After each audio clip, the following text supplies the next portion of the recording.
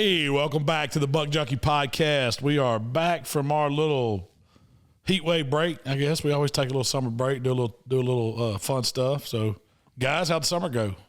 We're going to have to adjust the schedule. It's been busy. Because it was pretty cool when we took a break. We got to push it back a little further. So when did we stop? End of May? That was the last podcast, I guess? Yeah, it was right after turkey season. Yeah. We turkey season, we got our summer plots in, and then we went today. We're going to talk about going to Texas. We've been blowing the roads up. We went fishing. Yeah, we've done all kind of stuff. We grew some corn.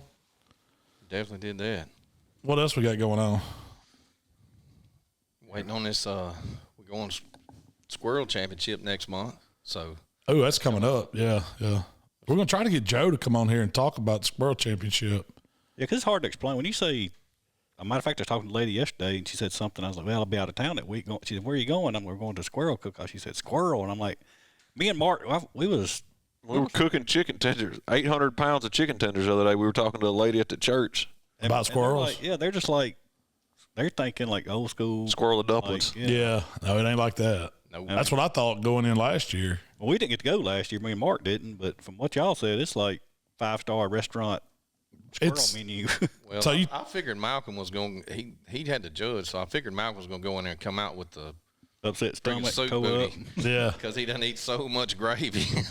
It wasn't. I don't know that there was a gravy dish in there. Was I didn't have one dumpling or one gravy in the whole thing. Man, it was all different stuff. Like, I mean, it was really cool.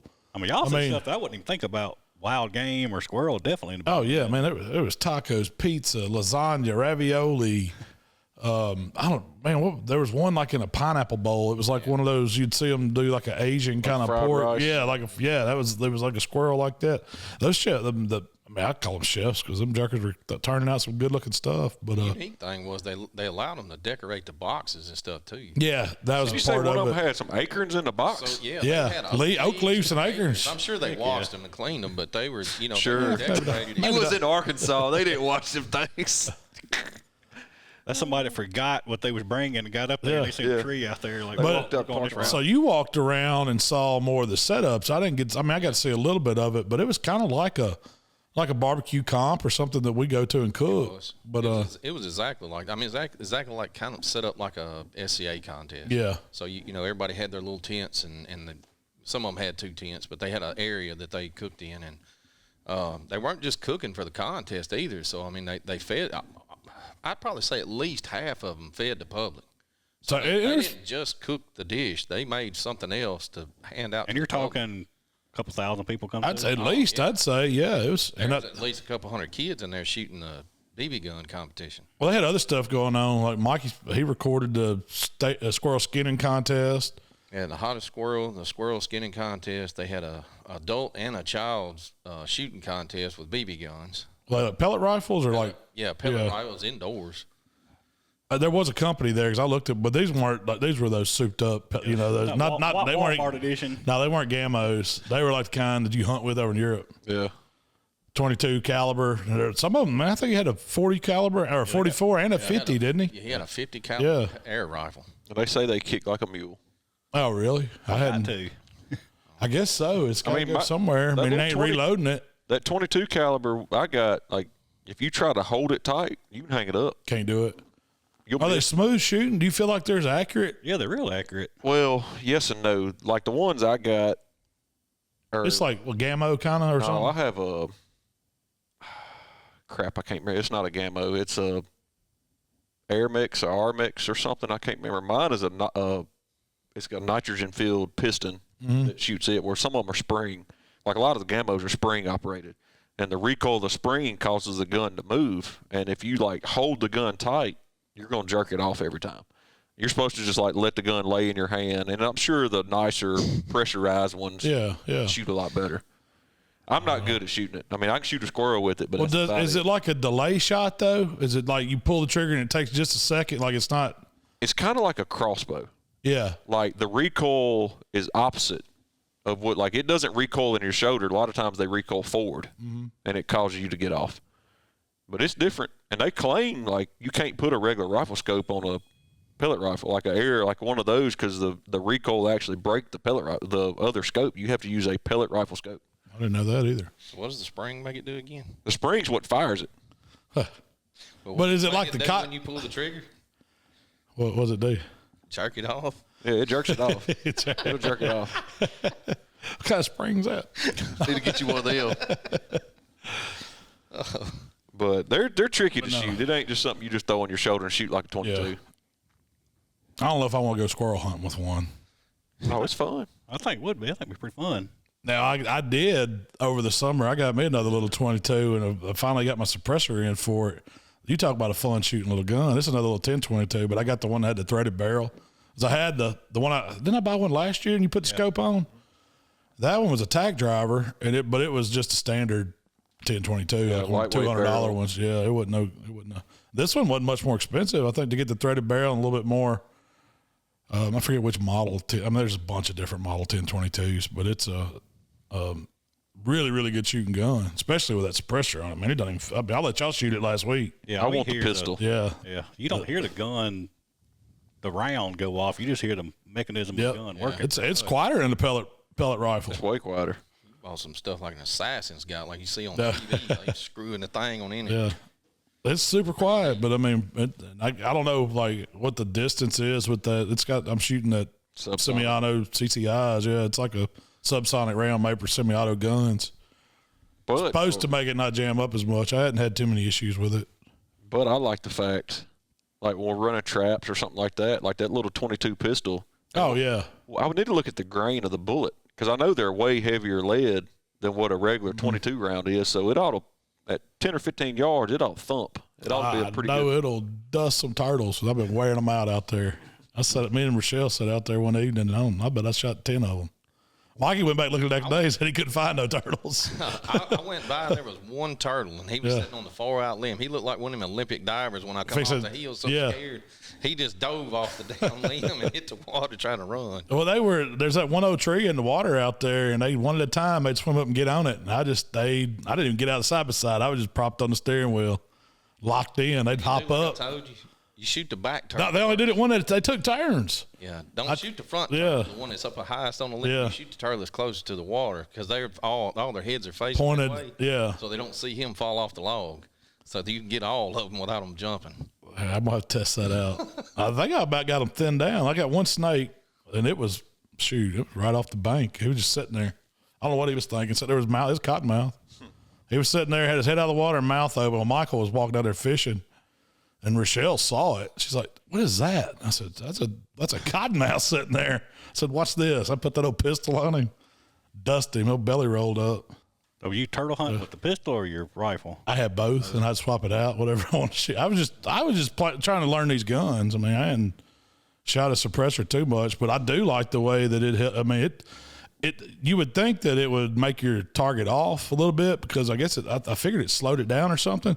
But you can stay on because there's no having to adjust for the target. So it's just where you hold it, it stays. You don't know the gun goes off. Yeah. That still don't make sense to me why it's so difficult to get a suppressor. It's much easier than it was because I had ordered one back. What did I tell y'all? It was like January. It was right after Christmas. I'd ordered one, and they said it was going to be October. Well, I started seeing people getting them within 1 or 2 weeks. And I went to the local gun shop. Well, I was at Sportsman's there in South Haven and then talking to our buddy there that runs a gun department. He's like, "Yeah, I ordered this." He had a little SIG P322, I think it was, and it had a threaded barrel. And he's like, "I got this, and I got a suppressor there from the place in Hernando." And I was like, "Man, that's pretty slick." So I bought the gun and then went to that gun shop. And he's like, "Yeah, you'll have it in 2 weeks." And I was like, "There ain't no way."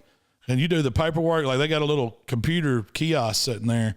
You do all of it right there in the shop. You pay for I guess they have it in stock because they had this one in stock. And they put your name on it. It's all, billed to you or associated with your ID until you get approved. They hang on to it. And then it took, I guess, a week you had to go back, do a final little interview with them. And then it goes to the ATF or whoever does that and they approve it and you go pick it up. There was nothing. So what was your total cost for that 22 pistol with suppressor? I think the pistol was like $3 something. Yeah, suppressor we was looked at them the other day. The suppressor was like $180, but you had to buy a $200 stamp. And I think that's kind of the government's way to get you there, having to buy the stamp. Like no matter what suppressor you buy, you got to buy a $200 stamp for it. So you're probably all in about 6 something. Well, I would say. We'll go order one this week. It's slick though. I mean, I guess they have several different pistols. I just was reading the reviews on those. But the crazy thing was, he told me, like, in the shop they've got a little place. I guess it's like one of those cans you can shoot something in indoors, like for testing. He's like, "You want to hear what it does?" And I was like, "Yeah." And he got it and shot it right there, and you couldn't even. I mean, in the store you couldn't even hear it. I was like, "Wow!" And he put it on a rifle, did the same thing. You couldn't hear it. So that's what sold me. It was dead quiet. But what started your suppressor wanting? So I went to Texas when I went to Texas and I hunted with one. It was like, well, like we didn't take our rifles with us because we flew, and I didn't want to fly with my rifle. So we got over there, and the guy, they said they'd rather you shoot theirs anyway. But he had my guide was a guy that goes to Africa and does a lot of safari hunting, and he had it's a 300 Win Mag Fierce rifle, but he had a suppressor on it. And he asked me if I'd ever shot one, and I was like, no. And I was like, we need, hearing protection, whatever. I'm used to, taking stuff like that when you're just shooting in a range or something. Because you had to shoot the gun. They weren't just going to take you out there and let you go without seeing if you could shoot. And I shot it, and I was like, wow. I mean, this, like, I hunt with a 300, and, when you take a shot with 300, it gets off target, and you got to get back on pretty quick. This one's, I mean, it's not as light a load as that 22, but the noise isn't there, the recoil's not there, so there's less risk of hearing damage for one. It doesn't gonna hurt your ears, but of doing like anticipating pull, because on a big caliber like that, a lot of times it gets in you. You're gonna jerk because you know that it's fixing to thump. Well, with that, it's just there's no recoil. It's like shooting a 350 Legend. Yeah, it just doesn't recoil. It takes a lot of that out, and I guess the can does that. I don't understand all the technology on it, but I know they're slick. But so we went back, and that's talking about our Texas trip. And you talk about that. Y'all got to shoot them over there for the first time. That was probably the coolest setup I've ever seen. When you pull up at a guy's ranch and they got a row of ARs for you to shoot, and the guy shows up with another he had totes full of suppressors. So, it was. So, backstory to this, back last year, we got to meet Trent Ellis. Mm-hmm. And he come up, we done a little turkey hunt, and he come to the cook-off we done over in Senatobia and kind of become pretty good friends. And I was talking back and forth with him. Well, he got to meet Corey Lear, which owns Monarch Blinds. And a big shout out to Corey because he's the one that put all this together, and they were wanting to combine the hunting community and the barbecue community, which that's our jam. 90% of the time we're barbecuing, and the rest of the time we're hunting. So he reached out. He's like, "Hey, would you want to do this?" And I was like, "Man." And at the time, we still thought we were going to cook Memphis in May, or our month of May is usually shot every year. And I was like, "Man, we just, there's no possible way we can get away from business to come down there and do it." Well, it ended up working out, and he followed back up with me. He's like, "You sure?"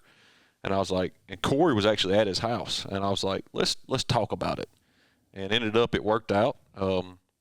We were able to go, and it was the week before Memorial Day, I guess. Yeah, it was on in May. Yeah, it was like the 3rd week of May, I believe, somewhere around in there. So we went out to Prairie Hill Sporting Club, I think it was Sporting Club, I think is what it was. Yeah. But they got multiple ranches. Yeah, it's all over Texas. Well, I say multiple. They got 5 or 6, I think. But we loaded some smokers up, got an old Ford, and we struck out to Texas. And hit the state line. I picked me up a big hat. Yeah, got you a hat soon we got to Texas. But it was like Jamie said, it was a pretty cool trip. It was a lot to unfold in a couple of days, and we timed it right because we got there a day early because we were staying in our trailer, and so we got in a day early, and we didn't want to be just beat the next day when everything was going on. So we drove over a day early. We might have got a little special treatment that night, but it's a good time. This was like cattle country too. That's all I saw. Yeah. It was like, I don't know, acres after acres after acres of fenced pasture land. That's all it was. So and I guess they kept calling it bottomland, but it didn't seem like bottomland like we know. It don't look like our bottomland. Yeah. I mean, I guess there was a creek that runs through there, and it must get out of its bank every once in a while when it does rain, but it was pretty daggum dry. Where we shot that first hog, where we put the 2-mile stalk on it that first evening, Trent was telling me that last time it rained there, that was like 3 foot of water right there, and that don't look like nowhere it ought to be water. Well, we got that was a good thing about us getting there a day early. We got to ride around that night, and they were like, y'all want to go shoot some hogs if we can? And we were like, heck yeah. So we went out. It was still daylight. We were just he was just taking us like on a little tour. Yeah. But we took our guns and I don't know. We saw the way they did this was they had feeders, and I guess Corey had his Monarch Feeders out there. Yeah. And he would dump this liquid stuff out around the feeder. And a lot of the attractant, I guess it was, I don't know if it's what it was. Was it bag stuff? I didn't even look and see what he was dumping. A lot of it was corn. Was it just corn? A lot of it was corn. Well, they just dumped it out and poured that hog lure all over it, and you just go back and kind of check them. He kept cameras on it. He would check the cameras. So they every had feeder cams. had cameras. And they knew there was a big hog out there. Yeah. So we saw it, and like you said, what was it, 200 yards, y'all think? Shoot. Haul. There's a long ways. When we first pulled up on it, it was probably. We're dressed like this. Nobody put boots on or anything. We didn't know we were getting off side by sides. I didn't. I was like, y'all go ahead and do that. Well, us being from Mississippi, when we said we're going to Texas to hog hunt, we thought we was finna just go get in a bed of rattlesnakes and spiders and tarantulas. So we all had snake boots, and we were over prepared, and we got laughed at when we got there with our snake boots. But we didn't need them. We didn't need them. Well, I don't know. Jamie did kill him. Yeah. Was that a cottonmouth too? Cottonmouth. That was right there after you shot that hog. Yeah. Right down the road. It's crazy shooting a snake with a thermal at point blank range. Man, that was my first time. Really being around thermal. Yeah. It's different. You got to get used to it. So our setup with them was AR-10, SIG AR-10s. They donated 20 or 25 something like that. AR-10s, 308. And then they had dead air suppressors on them and AGN. Is that the name? AGM thermals on them. It was a heck of a setup. Oh yeah, but they had already had them all pretty much sighted in, ready to go. All we had to do, we didn't have the suppressors on them that first day. First day we did. They were non-suppressed. Yeah. And then we went and we had to shoot those first. They made us shoot them to make sure we could hit stuff. And I think all of us did, like, pick the gun up and was nailing it, except Trent. Yeah, except Trent. He probably shot the most ammunition of anybody out there combined. Oh, he went through a case. He done some shooting. But the setup was, so you rode around. The first night we jumped on side by sides, and I don't know, we'd had dinner about 6, 7, man, and then right at dusk you loaded up. You took multiple magazines. I think Jamie, I don't know how many magazines you loaded, but mine and Jamie's fingers were sore by the end of the week. So, somehow or another, we got stuck with loading everybody's magazines every day. Well, they had headsets, like Bluetooth headsets, like y'all are wearing. And you could talk to everybody, like multiple. I think they had 6 of them. And we'd kind of take turns passing it around side by side. But you rode around, and the main guy from the ranch, his name was Jeff, right?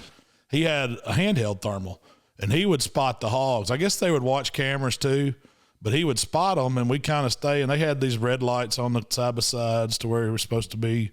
You know, you weren't shining lights everywhere you're going. You're pretty well lit. You were stealthy. But the goal was to spot these hogs, park the side by side, and stalk up on them. Well, we did that a couple times, and it wasn't really good success. Did y'all think? Well, the thing about a thermal is it's very, very hard to judge distance. And you can look through a thermal and be like, all right, that hog's 400 yards. Well, no, he might be 2,000. Like, it's out there because it's so flat. Yeah. It's hard to judge it. And there was a couple times where we thought we were, 300 or 400 yards away from a hog. We finna make a little 100-yard, 200-yard, and you'd hike for a while. Yeah, a mile off the gravel road. I don't know how far me and Trent went. We finally did hit 2 hogs, but I don't know how far. So we walked down the road. When you went back to get the buggy that one time, that was a mile at least down the road. I was like, I'm just gonna stop and wait on you to drive back up. I done walk down there.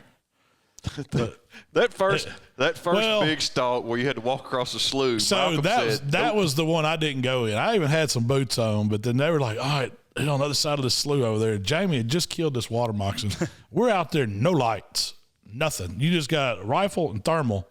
You know, like you got flashlights or headlights or anything, and you're just walking. And if you didn't have a headset on, you really were lost. Yeah, and I didn't at that time. And then so y'all are taking out, and we're going through, across a couple cattle gaps. And this was a good ways away from where we started.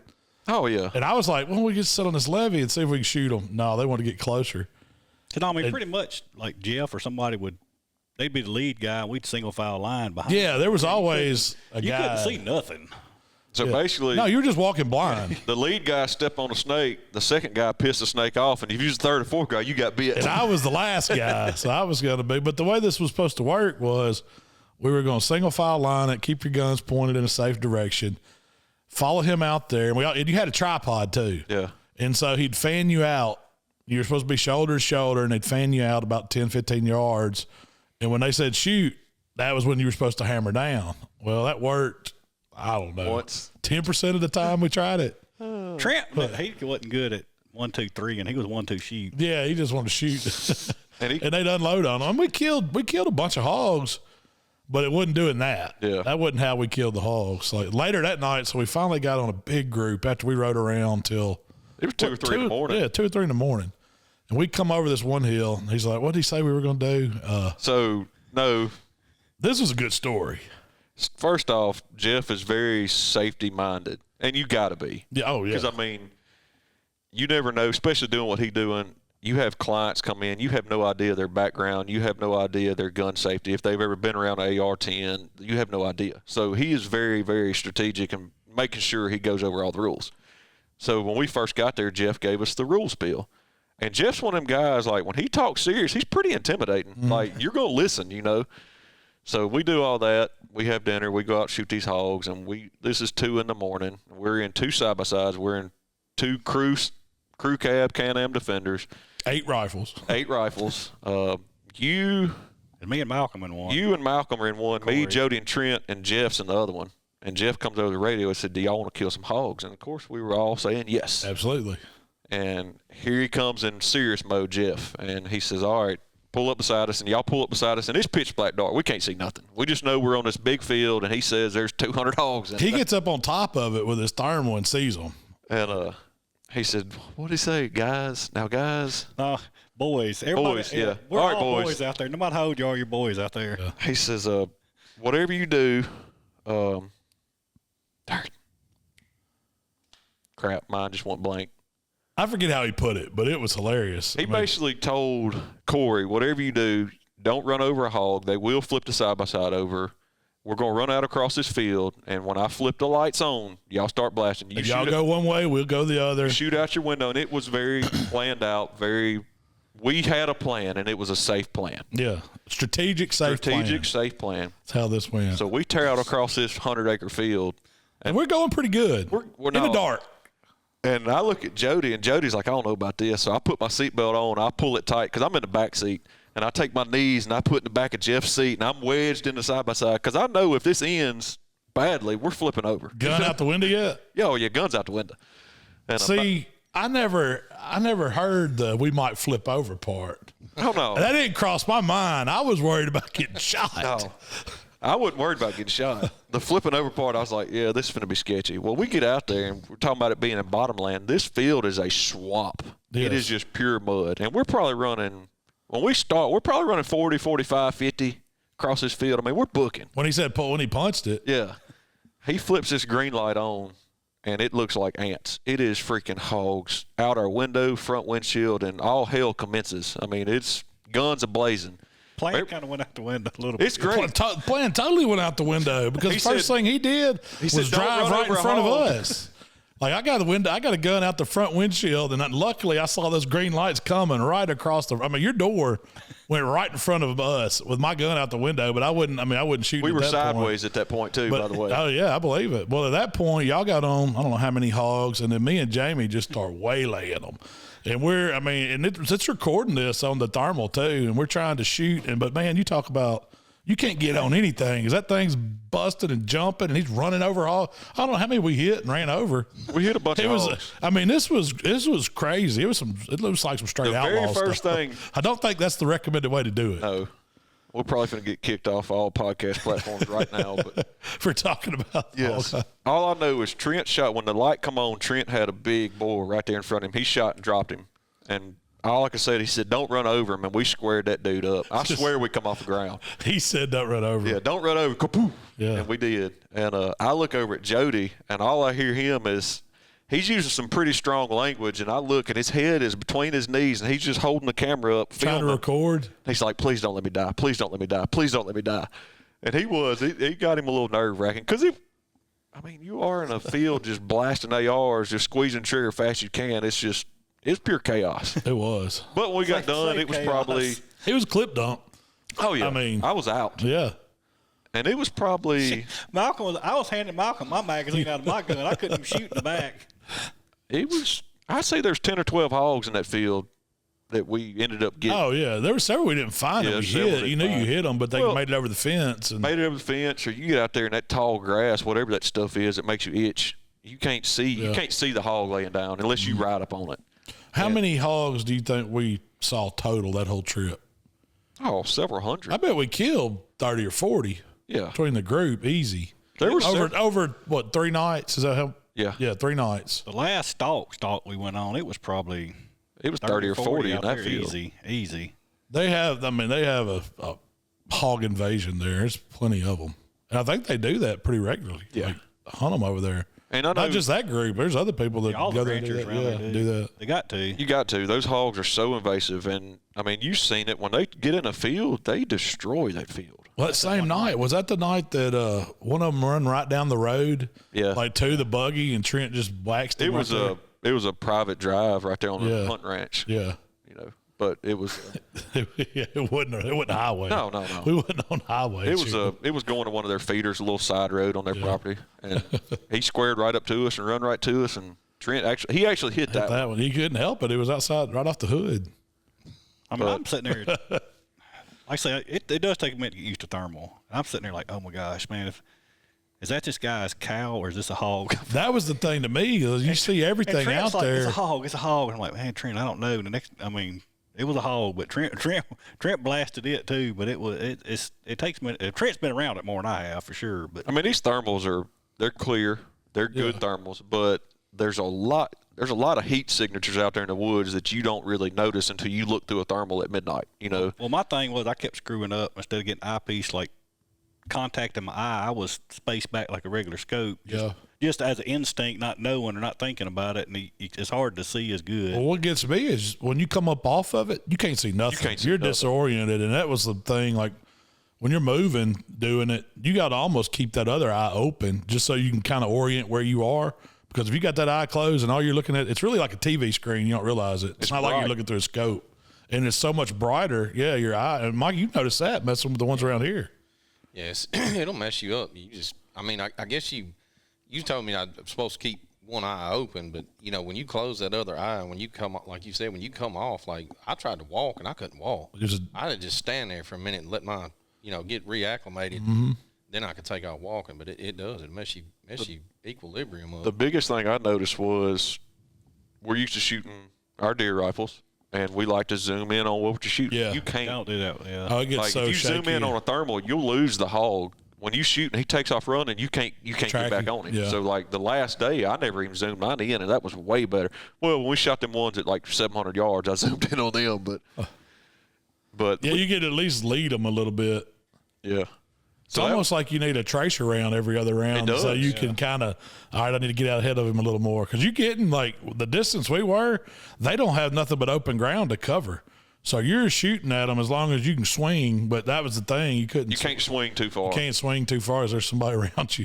But that was night one. And I think we took some pictures with 3 or 4 we had out of that field. And we got back, and it was probably 3 in the morning. No, probably 2. At the time we got into bed, it was almost 4 o'clock. Time we took a shower and all that. 3:30, 4 o'clock. And we had to get up the next day at 7 or 8 and start cooking. And was that the day that we cooked? No, that wasn't. No, that was the day everybody else was coming in. Yeah. So we kind of had a little bit of rest time, and we thought that was going to be the highlight of the trip. I was like, man, this is pretty cool. We get up the next day. Again, this ranch is it's an older house they fixed up, super, super nice, had a big, nice kitchen in it. What was the lady that cooked the country fried steaks? Dang, I can't remember. I think Sandy, is it? Sandy. It's Miss Sandy. Yeah. Miss Sandy. It was her. She cooked some country fried steaks that will put any of us in this room to shame. Yeah, they were good. They were tender. But that was our meal the first night. So we get up next morning, really don't know what to expect. And Corey kept coming by the whole day saying, we got a surprise for y'all tonight. we got a surprise for y'all tonight. And I was like, okay, whatever. So I don't know. It was later in the evening. He had some stuff going on throughout the day. Of course, everybody come in town. We got the suppressors that day. Yeah. We got to go shoot with the suppressors. Dead Air was there.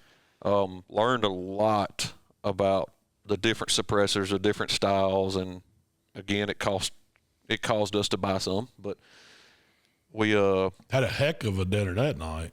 What we had those tenderloin, beef tenderloin. Oh, it was good, man. They were good. The tenderloin was delicious. That freaking twice baked potato whooped me down, man. It was so good. That was good too. But we ate like a champ. We did. It was good. We got called to the front porch. Jeff and Corey said, "Hey, everybody to the front porch. Just hang out. Your surprise is on the way." And we look down the driveway. You see dust coming up. Of course, in Texas, you see dust a mile away. Like, what the heck is that? Here comes a freaking school bus. A short bus. No, it was a medium bus. It wasn't a short bus, and it wasn't a big one. It was one of Three-quarters. almost smart buses. Yeah. We the bus pulled up, and we really still didn't know what the heck that was going on. Well, that was our hog hunting mobile that night. We traded in a side-by-side for a bus because it was, 20 of us total between all the different social media people, and it was a pretty good crowd.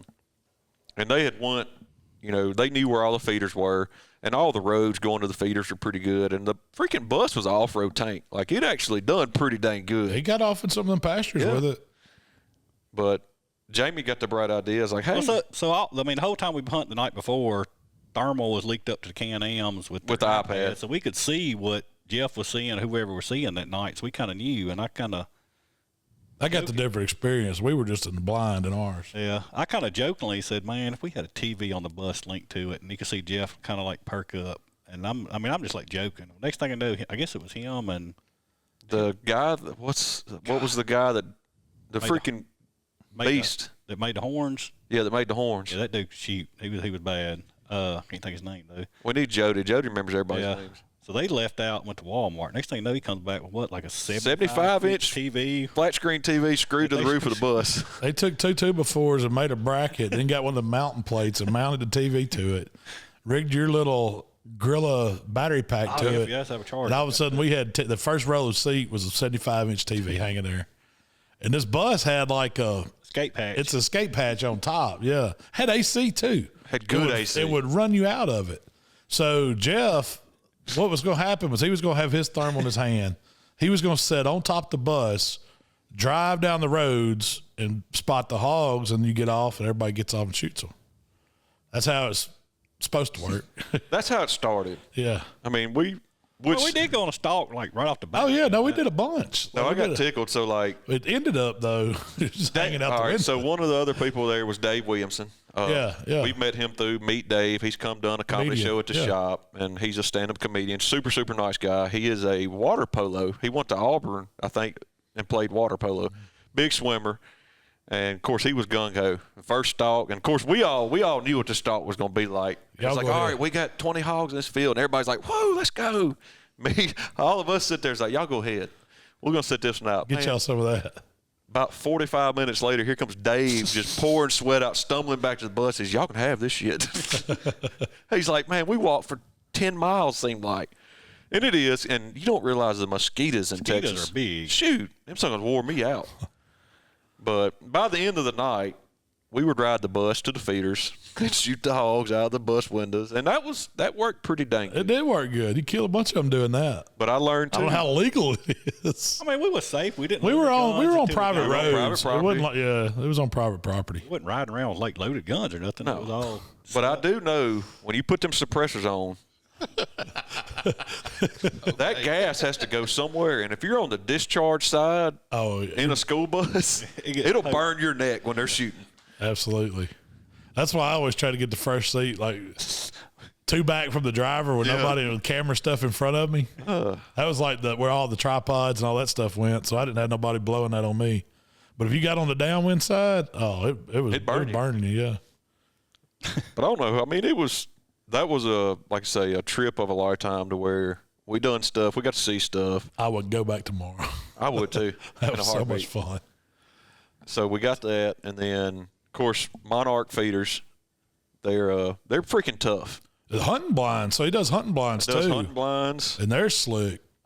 They are insulated, fully furnished. He does the power pack, the 12-volt power pack. Power pack's the ticket. I Yeah, think. power pack's nice because, I mean, even here we have days that, especially in some of these black blinds, it gets pretty warm in a blind. Even in December, it'll get 70 degrees. And Well, you can run a little fan. run a little fan. Charge your phone. Anything Like a light. like It's that. got a light on it. And then he's, it's a pretty slick setup. I definitely want to get our hands on one and kind of get the ins and out, really put it through the paces. And then the feeders, I do like the feeders. Even though we can't feed in Mississippi, they are if you can legally feed in your state, check out Monarch Hunting. Yeah, it's not like just a regular throw and go feeder. It can either do. It's a trough and a broadcast. You can control the sides if you want it throwing just out the left and right, or if you want it throwing all the way around, or just throwing one side. You can block it off and do it how you want to do it. And then this may have been a joke, and I may be completely wrong, but him and Trent made a video to where the feeder is charged, so coons and stuff like that can't climb on it because it'll shock them. Did you I see didn't that see video? that. No. And it Was may have one of them been grabbing it? just a TikTok funny, but they done a video and Trent walked up and it lit him up when he touched it. I was thinking to say, we got some of those, and somebody forgot to turn them on. Oh, man, you didn't tell You wouldn't do nobody? it once. I'd be checking it before I got to it. Make sure it's unplugged. But they're a nice feeder, and we did put 25 pounds of tannernite under one, and Jeff Floated shot to it, the blew it up, sky. and the feeder still worked afterwards. It didn't look too good, but It didn't look good. The spinner worked. And then we done a mag dump in the feeder. That was pretty cool. What That was that? intense. Yeah. So Well, they got everybody that had a gun in a line yeah, and did a full. But there were some guys that showed up with fully autos. With Black Cactus. yeah. Check them guys out. That guy, Black Cactus Armory, I yeah, think. they're in Texas. Him and his wife were super, super knowledgeable, and I mean they was hands up like top notch people. He brought out some full auto, and I thought I was pulling the trigger pretty fast. No. Oh, you see a fully auto suppressed rifle that dumps back? Man, that's a what lot of lead. We had, was it 30 round clip? 20 round 20 round clips. clip. So they done a slow mo with this guy, and his full auto, before we could shoot 20 times, he was on his second. He done dumped. He two dumped his clips. second, was on his third Had to put the clip. third clip in before we could shoot 20. And it's as fast as you can pull the trigger on it because you're. It's. I And mean, he actually didn't start shooting until after Yeah, he was. started shooting. Yeah. He was 5 seconds behind us. But it was. Well, you go broke shooting that thing, wouldn't you? Yeah. That's a lot of ammunition. But That was cool though. It was. We ate good. We cooked some good groceries. The second, I guess the third day we were there, but the second day of the event was kind of everybody that does the barbecue stuff. We all picked our little corner and we started cooking to feed the masses. And we cooked everything from brisket to Magnalista hog shoulders to copas to ribs to Elk, bison. Done some sausage. Wild boar. I mean, we pretty much. I got up at 6:30 that morning, fired up the pit, and we cooked all day. We did that candied bacon, wild boar bacon. Well, Jamie did quesadillas. How come whenever we all get together and do this, it's never sides. It's all just straight protein. Nobody Yeah. thinks about You ain't worry about sides. Oh, it's all protein. That's all it was. We cooked some appetizers. We had quesadilla and poppers. I couldn't go to Texas Bacon. and not cook a brisket, so we had to. We done a What was the farm where they was raising those hogs? 840 farms. Those guys' hogs were fantastic. That's the first time I've ever seen what a Magnalista hog actually looks like as far as the pictures he had from his personal farm. But Yeah, they're shaggy. That was very, very impressive pork. No, it was not even. It's not. In my opinion, it ain't pork no more. That's some kind of fancy beef. I mean, it doesn't. It was good. It was good. But the copa was definitely the good bite. Both ways. It didn't matter if we cooked it, which I think one of those videos just dropped on our TikTok. I think it was the one we cooked like a money muscle. Cooked it like 208, 210. That's what changed that farmer dude's life. We totally offended. Mark totally offended. He just wanted to put salt and pepper, and that was it on it. It's like, you don't need anything else. And then he saw you putting all the seasons and in everything. the video, he's over there looking, just shaking his head. He's like, yeah, you done screwed up, Mark. Yeah. Yeah, I ruined it. I ruined his life when he took that bite. He had a change of mind once he sat down at the table and ate, though.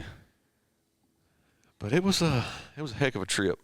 I'm definitely looking Y'all forward. didn't even hunt the last night. No. No, me and Mark was banking on we're driving home the next day. We got to clean up, get everything Well, see- ready, and we're not doing a 3 o'clock morning. We drove home on a Wednesday.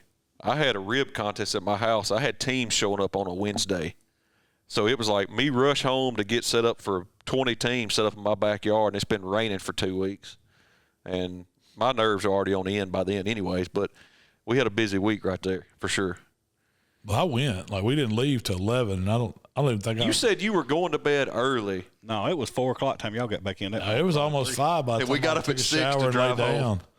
down. I slept for maybe 45 minutes. It wasn't long. You hung in there. I made it all the way back. You did. But and then that night there wasn't no spot and stalking. It was just shoot them out the windows. It was like, hang them out, boys. We on the left or right, whichever side you happen to be on, that's the side you shot out. And if there's an empty seat across from you could go across. But it was a good time.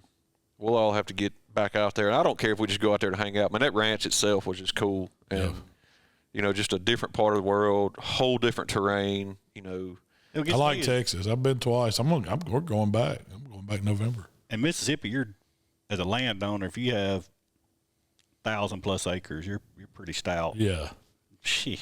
You ain't stout in Texas with 1,000 acres. Yeah, 1,000 acres. You the small I ain't guy. touching it. Yeah. What was that place? 16,000 we were on, and it was the small. Yeah, right at 14,000. It was the small one, wasn't it? Yeah. What killed me was that one day we were there, Jeff called the local co-op and ordered corn for the feeders, and he ordered 14,000 pounds of corn. 14,000 pounds of corn for those feeders. That's a lot of freaking corn. That's a lot of sacks. And he does. I bet it comes in a bag, don't it? He gets it in 50-pound bags. No, really? He said because it's easier to fill these feeders up because you ain't got to have, like, if you get the big bags, you have to transport that out there and have some way to fill it, and you're still dumping a bucket. I didn't think about that. But it ain't like, you ain't if got had a couple hundred grain acres bin out there. Like, they're filling them by hand, so the sacks definitely. Yeah, but it might be a half mile between, feeder to feeder. The guy that made the antlers, I cannot think his name. Was it? Golly, I'm going to have to look it up. Yeah. Anyway, that dude is super, super talented. But he said, and he just kind of helped. I think he just helped out with. I don't think he worked there full time, or did he? I don't know what he done full time.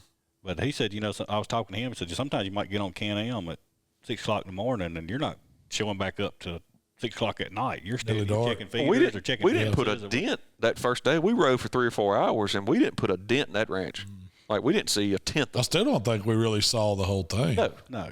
Just where we went. Because we was only on I think it's a 4,000 acre block we was actually at. There was the bigger acreage is right down the road. We never went to it. And so Prairie Hill Sporting Club is not somewhere you can just go buy it's a private club. It's a private club. You got memberships. He does some things like this with Monarch just to get people involved and get awareness out about the sporting club, because I didn't know nothing about it until then. They do deer hunts. They got quail. They do the hog stuff, of course. Turkey. So, I mean, it's duck. Yeah, they had a jam up duck. Yeah, that's what don't seem right to me. Yeah, having ducks there. Yeah. But it was one of those big ponds. They had it stocked. So, because one of the guys from that area went fishing. And that was the duck hole. That guy said ducks he told me, he's like, you ain't got to call them. They just pile in there. And it ain't much bigger than this.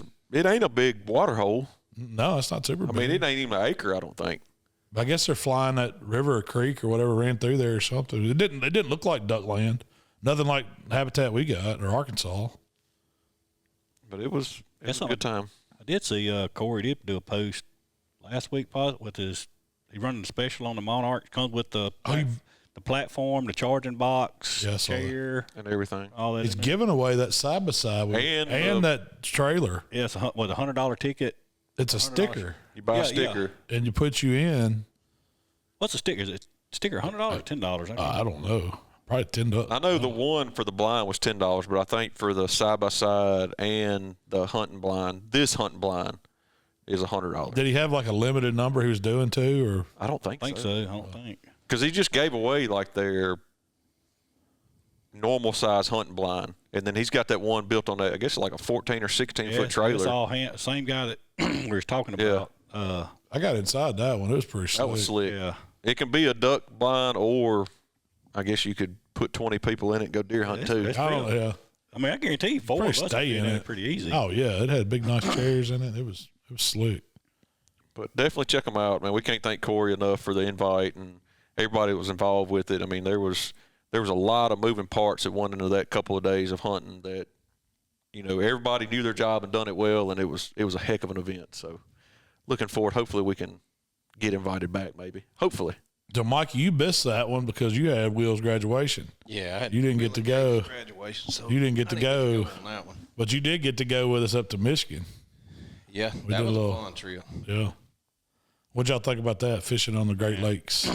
I'd move to Michigan. Yeah. Man, that area up there was super. I was expecting, like, you know, a city like Memphis, north. Rundown city? Yeah, where we were going, big city. Oh, You're just man. used to being around Memphis, and it's a crap hole. This was a night. I mean, dude, it was super nice. We stayed and we flew to Grand Rapids and then went fishing out of Holland. Yeah, Is that out of the Holland. name of it? And, man, it was so nice up there. Well, the weather, I mean, Folks was up nice. there, it was, you know, it was 80, 90 degrees or 88, 90 degrees up there. No humidity. I mean, you could actually sit outside and enjoy being outside. Oh, those jokers were acting like it was hot. They thought I was like, man. I didn't break a sweat except for the day we was doing the event in the And park. you didn't break a sweat then unless you were just standing in the Around the sun. grill. Yeah, not bad. Yeah.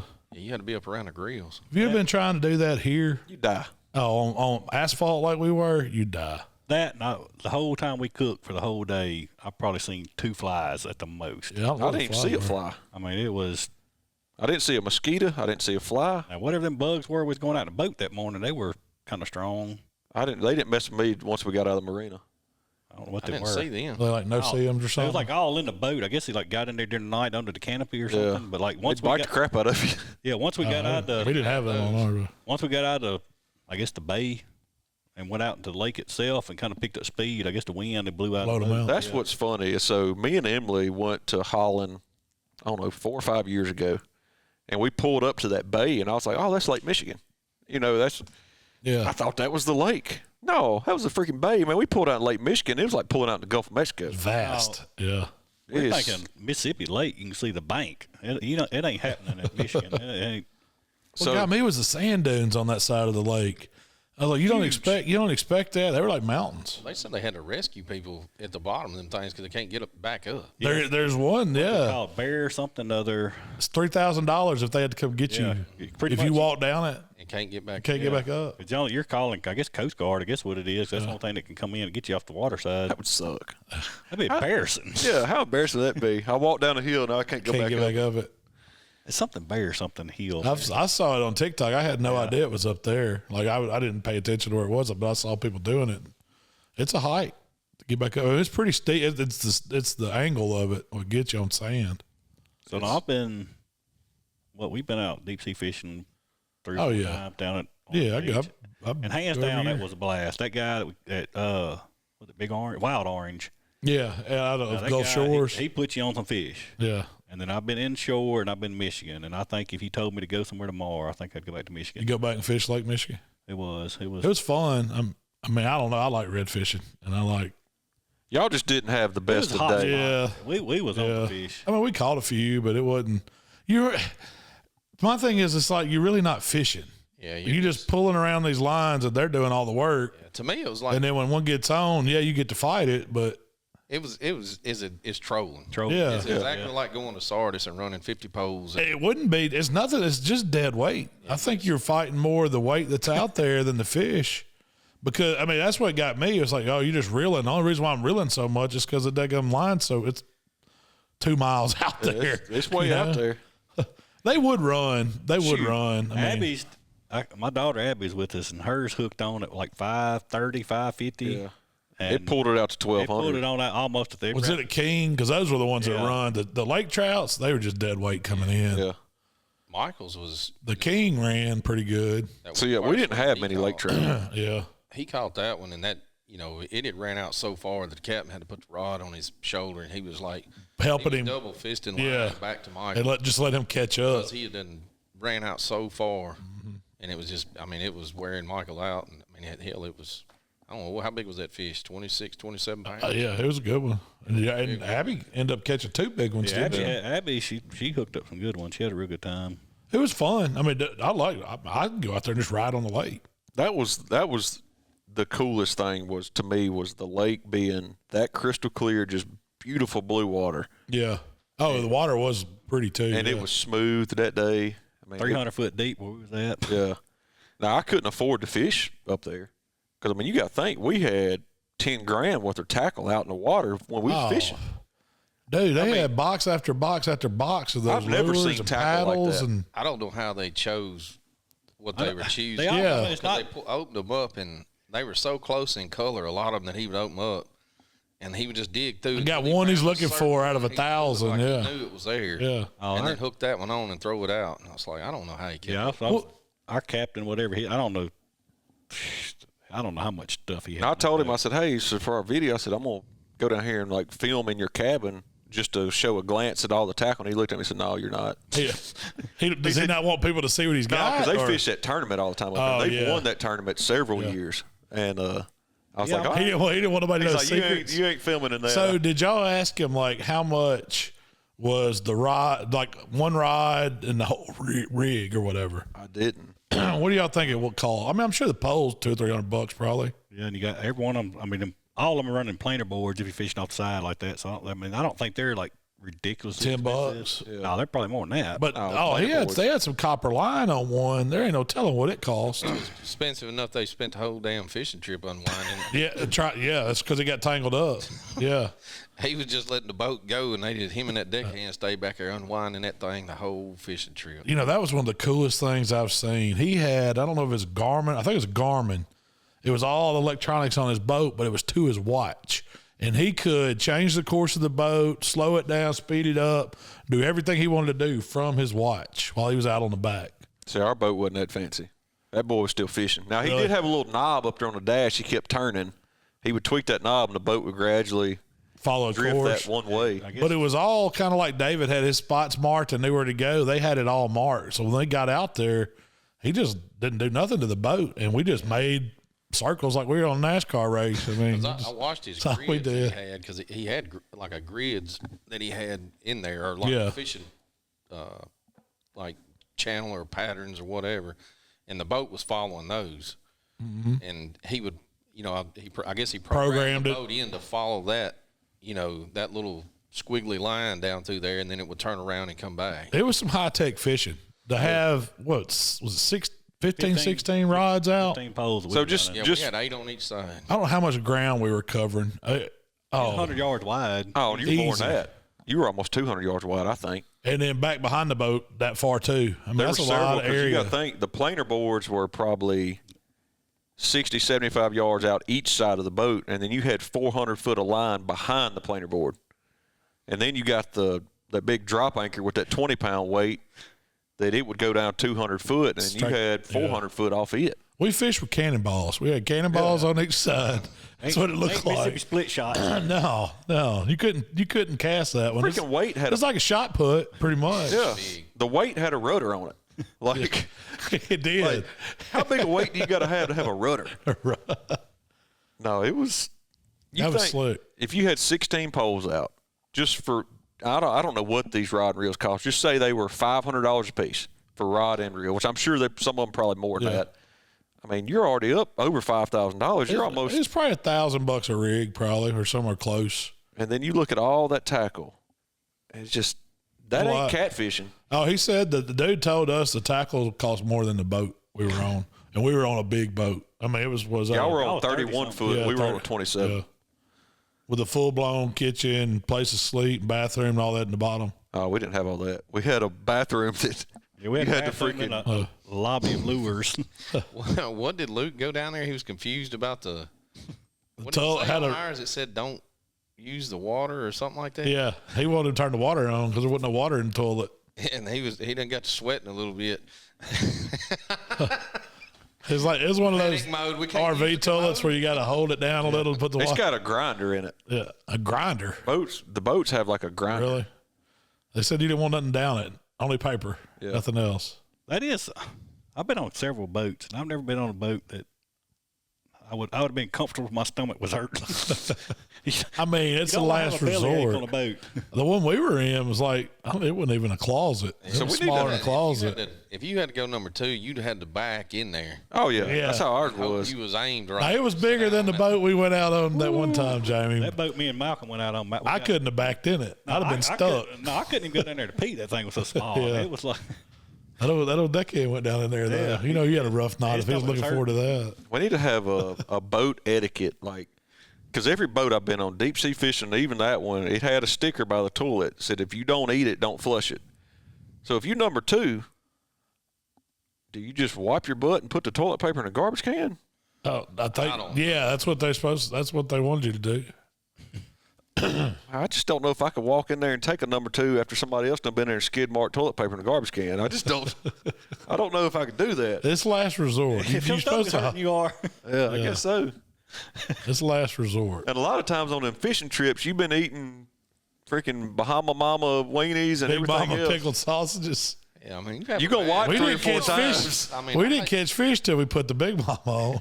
Oh, that pissed that cat off. He did not like us We had a Mississippi dry boys. captain. He was not a lot of fun. Yeah. I mean, I'm sure he's a good guy, but he didn't have a real good sense of humor. And anyways, we were eating snacks, and I got out the pickled sausages. We weren't catching no fish. We ain't caught a fish in 30, 45 minutes. Well, right out the gate, we caught a big one, and then it was just like, Then we caught. Y'all beat us on catching fish. Yeah. Y'all caught the first one for sure. And then we would just drive for a long time. We were just riding and watching these guys trying to unwind this cable. and so me and Mikey God. started drinking beer.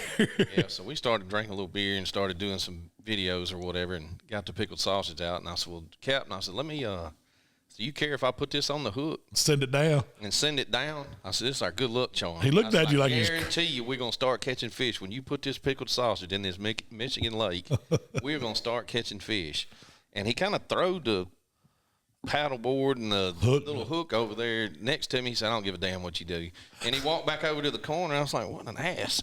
So I grabbed it, and I hooked that big old piece of sausage on there and handed it to him. Set it down. He sent it down, and before he even got down good, pow, caught Yeah. a fish. He was like, well, I'll be damn.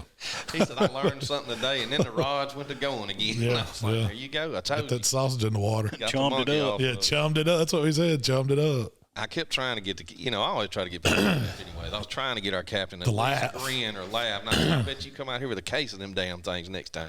He wasn't going. wouldn't even say nothing. It was not funny to him. He was pretty uptight. I tried to talk to him when they were dressing the fish. And Yeah, he wouldn't give you nothing. Yeah.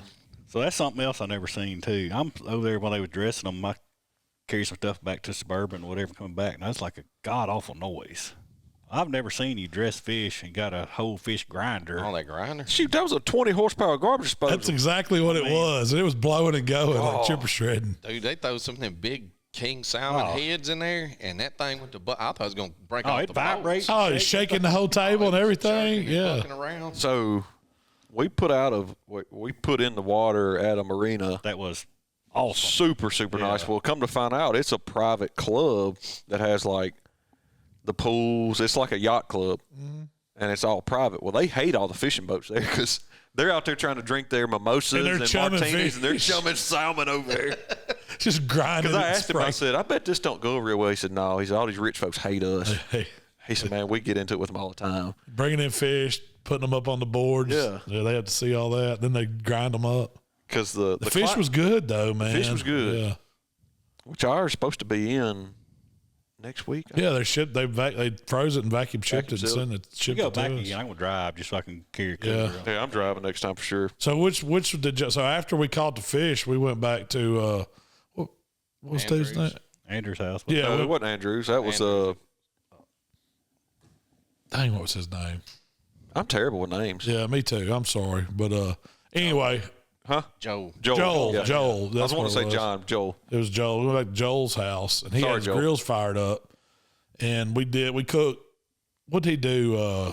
He did one of the kings, like the whole side of the king. He put one. I can't remember which one he put. I think he put the king on the Drum smoker or something. drum smoker, and he just seasoned up like barbecue seasoning and stuff like that. And he put one on the flat top that he was making tacos with. Did King Cro- that was one of the coho salmons. Yeah, because we made Andrew had a recipe for a mango salsa that me Yeah. and him sat over and put together. And That was good too. And then did he do the lake trout? Some of the lake trout lake too. trout was, I forget what we did. There was two pieces of fish that was out there in the lake. I think it was the lake Yeah. trout and maybe the Steelhead. steelhead that was. Yeah, that's what it was. It Like, we wasn't didn't- coho, We steelhead. just had them sitting over there on the plate, but we made the tacos with like the king that he did. Yeah, But they were good. it was really good. I mean, to eat it fresh right out of the water like that, it was real good.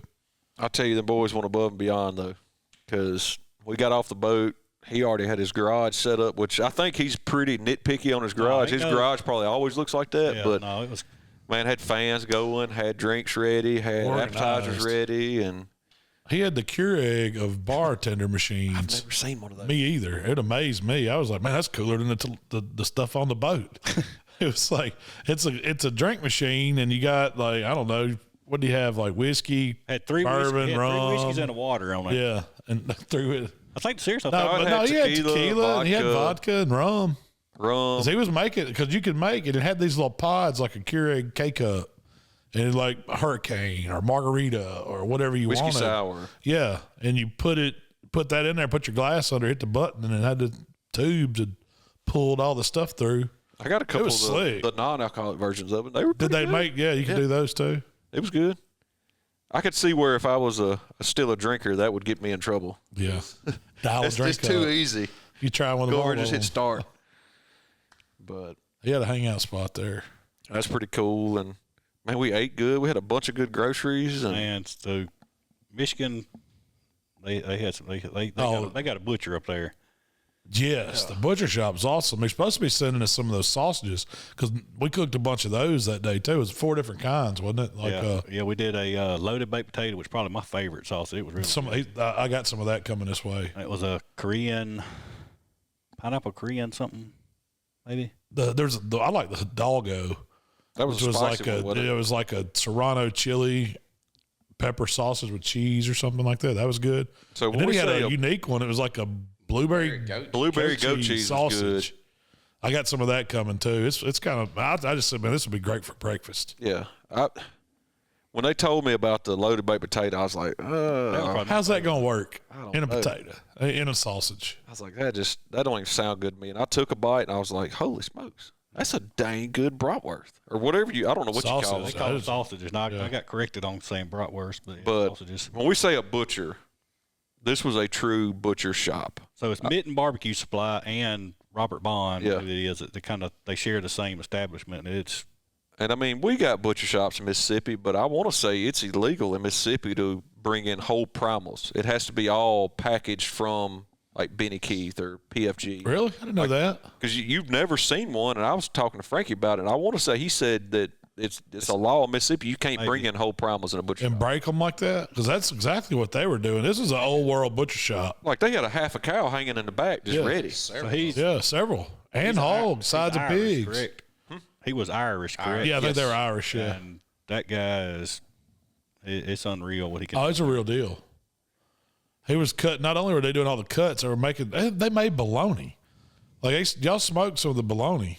The bologna's not the same. Bologna's not bologna. Nowhere near ours. It's Yes, more but like it was- salami. I guarantee it's healthier. It ain't a Circle B. It ain't Circle B, but it was dang good. Yeah.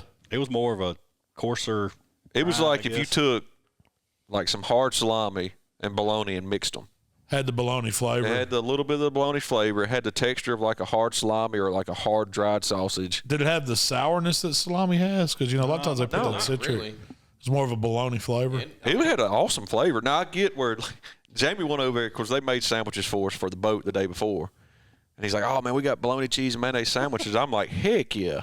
It was different. Jamie goes over and dives in. He takes a bite and looks at me and says, "That ain't bologna." He said, "I don't know what the heck that is." So, We got so tickled because the coolers got mixed up when we got on the boats.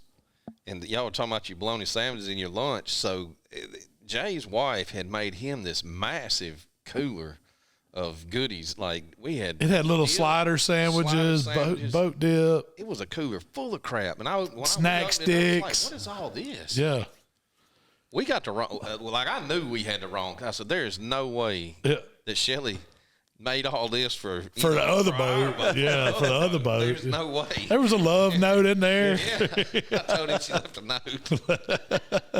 No, it was a cooler debacle when we got there trying to figure out because Yeah. Hell, I didn't even eat none of my stuff. No, we went to Walmart when we first got to town. We just got our normal Mississippi boat snack. That's where the Big Mamas came from. well, I told Jay Craig, I said, "Hey, since we're flying, bring us 2 coolers. That way we have a cooler for each boat." Yeah. He said, "All right." I said, "Just throw some ice in them or a couple waters or whatever. No big deal." Jay packed full-on field trip, going to the playground coolers. I mean, we Going to the could have been. playground. We had enough food to be on Gilligan's Island Yeah, for for at a least a week. week. Yeah. At least a week.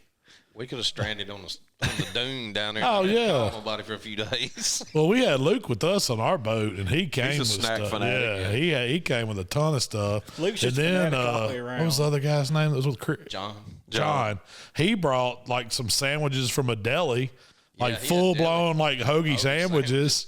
So we had groceries. Both boat captains like, I thought y'all come to fish. And I think that's what our deal is. He's like, y'all didn't do nothing, come drink beer and snack. We kept trying to give them stuff. They wouldn't take nothing. I don't think they even had a drink of anything. They wouldn't make it fishing down here on the river with us. No. We were a little bit too I'm not redneck going for them. anywhere without us having snacks. I'm having a backup plan. That was snack fishing. It wasn't like I like going on fishing trips where you ain't got time to eat or drink, or you're just into fish, or you're having to But work if you the whole ain't catching time. fish, at least you got something to eat or drink. Yeah, but this was just like you're just touristing. Yeah, it was lazy man fishing. You just sit up there in a chair and You could have had the eat women with snacks you on the right front of there. the boat laying out because it was. I mean, you could make a day of that. Well, we did. I will be going back for sure. it was fun. It was a different kind of fishing, but it was fun. I'm going back to go walleye fishing. That's what I want to do. And I don't think you troll. I think they actually like drop it to the bottom. You're fishing for real. Yeah. You're not just. And I want to do the ice fishing too. That's what I want to do. Ice fishing. Would y'all go sit in one of the ice huts on the the guy, lake? he done told me they had heaters in it up down. I just need a bottle. Man, Yeah, we found the real. poles at Walmart. We would Be have. like grumpy old men. We just sit That's in there, exactly what I'm thinking. have a few drinks and don't catch no fish. Don't even have a hole. No, we just You sit didn't in even bore the hole. You're just sitting on the. Just sitting on the ice. there listening to the football game. Yeah. They do it up there. We usually go to Jay's in Indiana at New Year's, and he's got a lake right there by him. And it's been several times we've rode by and They're out there fishing. out there in fishing in the hole. They ain't got no tent over them. They just over there on the hole fishing. Yeah. I I'm a sissy. I need a tent. I don't mind the cold or nothing like that, but me is like when you're fishing ice fishing, you have one 12-inch hole, and you're on a lake as big as Texas. What's And the you're odds? fishing out of that 12-inch hole, like Well, do you think they live scope those? Like they take all that rig and stuff out there and they can see what's down there? And, I don't know. yeah. Like how do you go in a frozen lake? And be like, I'm gonna fish right there. Like, I'm gonna drill my hole. You had to find some kind of I think that's what like Fishing structure? Yeah, one of the guys that worked with me a long time ago, he was from Minnesota, and that was big to them. But that's what he said. Like in the spring, they would go out there and they'd find structure, and they would kind of mark the structure in some way, form or fashion with a GPS or something like that. So then when it iced over, they would slide their cabins or little huts out there on it and drill a hole over that structure. They already knew. fish right Yeah. there. Yeah. It's going to hold fish. There's got to be something to Well, they told us where we were catching those fish in July, it's all about water temperature. And I'm sure they kind of know what depth they're going to be at even in the winter. And then they find structure and know the depth. You kind of know where to go. That is. You think all of them hut around the same, though? It's like fish shack after fish shack? Or do they spread out? You did. I mean, because you have your own little community out It'd be there. like a tailgate. We need to find like the biggest weekend in ice fishing, and let's go do it. We'll take the hog pit. We'll cook a hog on the ice. Do you know they used to have a contest up there in Minnesota? I've always wanted to do that one. I saw it, but I'd see videos of it. Man, there's people busting their ass. You can't really walk on the ice and stuff. I was like, You man, want to get Jay to put some skis on the Outlaw. You can drag it out. dude, I wouldn't go out there dragging that heavy thing. I'm already worried about me. I want to know what the weight limit is. I don't want nobody lying about their weight. I mean, we're going to get a scale. Oh, they what drive can this trucks ice out there. take? Yeah. You can't even get around. We can't even go over and visit Malcolm. I don't know. I heard something crack. Man, I'm going to have that thermal suit where it hits the water and just blows up. Have me a little ice pick in case I got. Thing is, you're gonna fall through. It's gonna blow up, and then you can't come back up through the hole. I'm stuck. You're stuck. Malcolm, Bobber. what is it?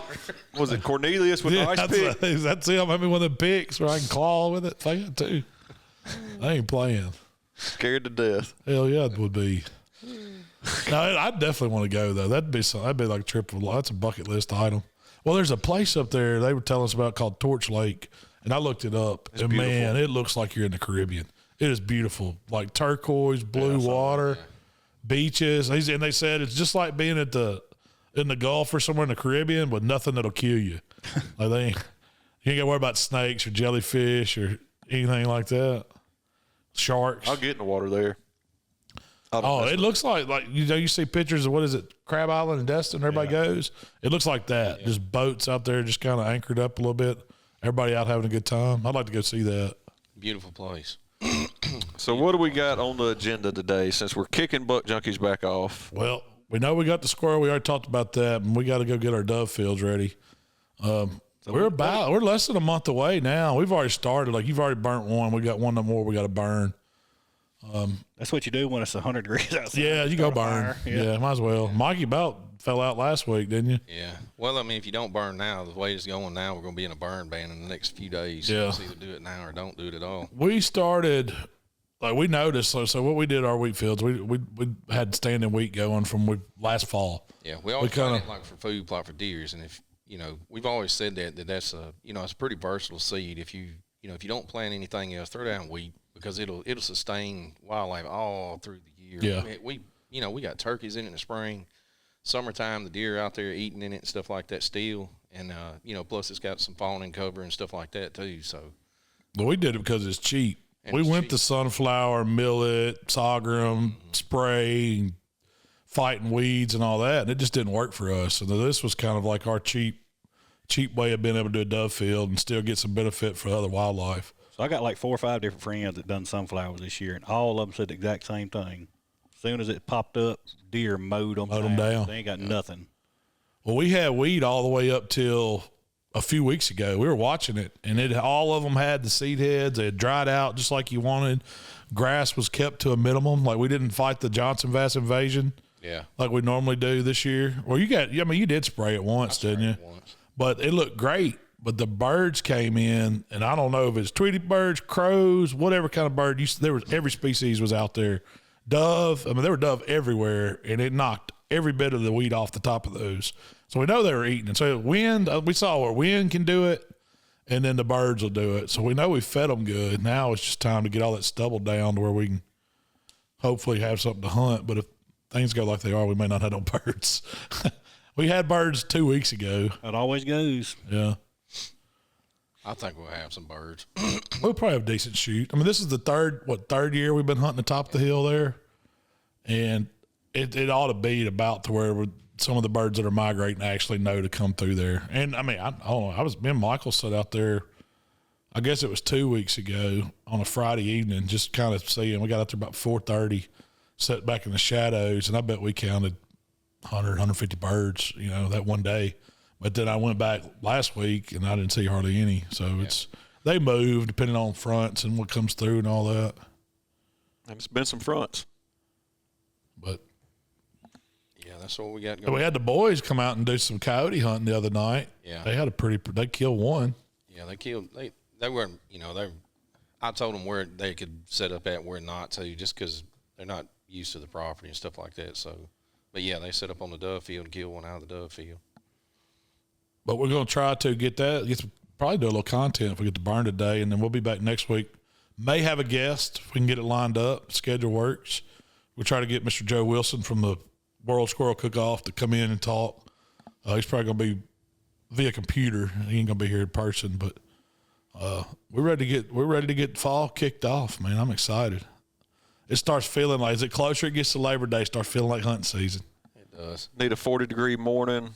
Oh, I can't wait. Well, what's going to get you is that cold front that comes through this week, and it dips a little bit. And it comes out as 100 degrees, and it starts feeling good. And then you're like, oh, man, here it goes. Nah, it's going to go back up. We actually September 1st is on a Sunday this year, right?